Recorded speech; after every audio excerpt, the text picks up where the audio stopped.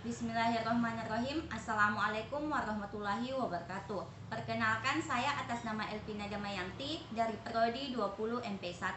Di sini saya akan memaparkan mengenai perumusan kebijakan pendidikan.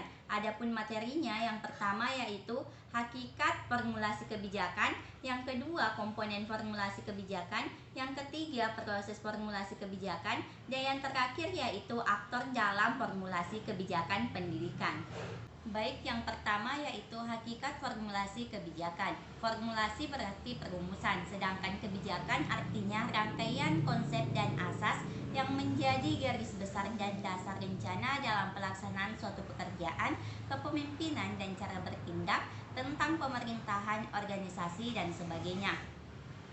Jadi, definisi formulasi kebijakan pendidikan ialah usaha perumusan berbagai rangkaian konsep dan asas yang menjadi garis besar serta dasar rencana dalam pelaksanaan kegiatan pendidikan, sekaligus sebagai garis pedoman untuk manajemen atau pengelolaan pendidikan dalam usaha mencapai sasaran atau tujuan pendidikan yang diharapkan. Selanjutnya, yang kedua yaitu komponen formulasi kebijakan. Aspek-aspek yang tercakup dalam kebijakan pendidikan yaitu yang pertama, kebijakan pendidikan merupakan suatu keseluruhan mengenai hakikat manusia sebagai makhluk yang menjadi lingkungan dalam lingkungan kemanusiaan. Yang kedua, kebijakan pendidikan dilahirkan dari ilmu pendidikan sebagai ilmu praktis, yaitu kesatuan antara teori dan praktik pendidikan. Yang ketiga yaitu kebijakan pendidikan haruslah mempunyai validasi dalam perkembangan pribadi serta masyarakat yang memiliki pendidikan itu. Yang keempat, keterbukaan. Yang kelima, kebijakan pendidikan didukung oleh riset dan pengembangan. Yang keenam yaitu analisis kebijakan, sebagaimana pula dengan berbagai jenis kebijakan. Yang ketujuh, kebijakan pendidikan pertama-tama ditujukan kepada kebutuhan peserta didik. Yang kedelapan, kebijakan pendidikan diarahkan pada terbentuknya masyarakat demokratis. Yang kesembilan, kebijakan pendidikan berkaitan dengan penjabaran visi pendidikan dalam pencapaian tujuan-tujuan tertentu. Yang ke-10, kebijakan pendidikan harus berdasarkan efisiensi. Yang 11, kebijakan pendidikan bukan berdasarkan pada kekuasaan, tetapi kebutuhan peserta didik. Yang ke-12, kebijakan pendidikan bukan berdasarkan intuisi atau kebijaksanaan yang irasional. Yang terakhir yaitu kejelasan tujuan akan melahirkan kebijakan pendidikan yang tepat. Sebagai suatu proses, maka tahap formulasi kebijakan terdiri atas beberapa komponen yang saling berhubungan secara resiprokal sehingga membentuk pola sistemik berupa input, proses, output, dan feedback. Komponen yang terdapat dalam proses formulasi kebijakan yang pertama yaitu tindakan. Tindakan kebijakan adalah tindakan disengaja yang selalu dilakukan secara terorganisasi dan berulang guna membentuk pola-pola tindakan tertentu. Yang kedua yaitu aktor, orang atau pelaku yang terlibat dalam proses formulasi kebijakan akan memberikan dukungan maupun tuntutan serta menjadi sasaran dari kebijakan yang dihasilkan oleh sistem kebijakan. Yang ketiga yaitu orientasi nilai. Proses formulasi kebijakan pada prinsipnya berhubungan dengan proses mengidentifikasi dan menganalisis nilai-nilai yang beraneka ragam, kemudian menentukan nilai-nilai yang relevan dengan kepentingan masyarakat, sehingga setiap kebijakan yang akan dihasilkan akan mempunyai implikasi nilai baik secara implisit maupun eksplisit. Selanjutnya yang ketiga yaitu proses formulasi kebijakan. Proses perumusan kebijakan yang efektif memperhatikan keselarasan antara usulan kebijakan dengan agenda dan strategi besar pemerintah.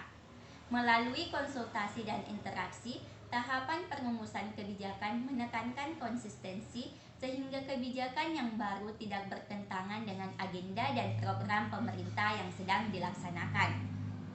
Kemudian menurut Islami, dalam buku Prinsip-Prinsip Perumusan Kebijaksanaan Negara mengemukakan pendapatnya bahwa ada 4 langkah dalam proses pengambilan kebijakan publik. Yang pertama yaitu perumusan masalah.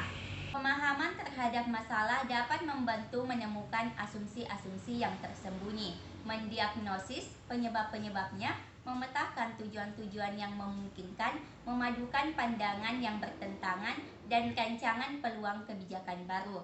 Perumusan masalah merupakan sumber dari kebijakan publik. Dengan pemahaman dan identifikasi masalah yang baik, maka perencanaan kebijakan dapat disusun.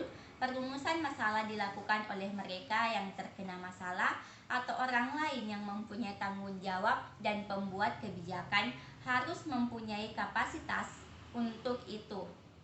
2. Agenda kebijakan. Sekian banyak problema-problema umum yang muncul, hanya sedikit yang mendapat perhatian dari pembuat kebijakan publik. Pilihan dan kecondongan perhatian pemuat kebijakan menyebabkan timbulnya agenda kebijakan. Yang ketiga, pemilihan alternatif kebijakan untuk memecahkan masalah. Setelah masalah-masalah publik didefinisikan dengan baik dan para perumus kebijakan sepakat untuk memasukkan masalah tersebut ke dalam agenda kebijakan, maka langkah selanjutnya adalah membuat pemecahan masalah. Dalam tahap ini, para perumus kebijakan akan berhadapan dengan alternatif-alternatif pilihan kebijakan untuk memecahkan masalah-masalah tersebut. Yang keempat, tahap penetapan kebijakan.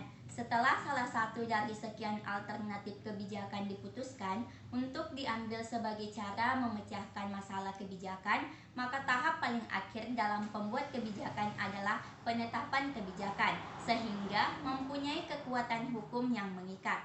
Proses pembuatan kebijakan tidak dapat dipisahkan dengan proses penetapan atau pengesahan kebijakan.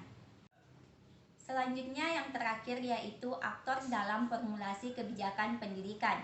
Faktor dalam formulasi kebijakan pendidikan adalah aktor, orang atau pelaku yang terlibat dalam proses perumusan formulasi kebijakan, yang akan memberikan dukungan maupun tuntutan serta menjadi sasaran dari kebijakan yang dihasilkan oleh sistem kebijakan.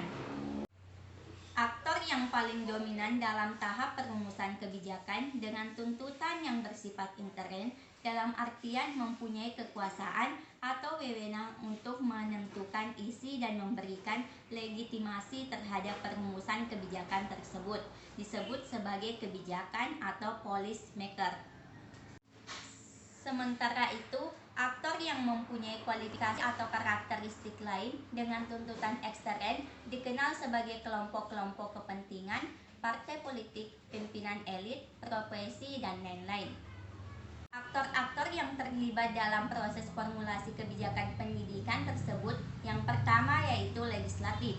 Legislatif sering dimaksudkan sebagai pembentuk undang-undang dan perumus kebijakan. Peran mereka sangat menentukan karena pengesahan suatu tata aturan agar menjadi kebijakan seperti undang-undang, peraturan pemerintah, dan peraturan daerah yang ada di tangan mereka.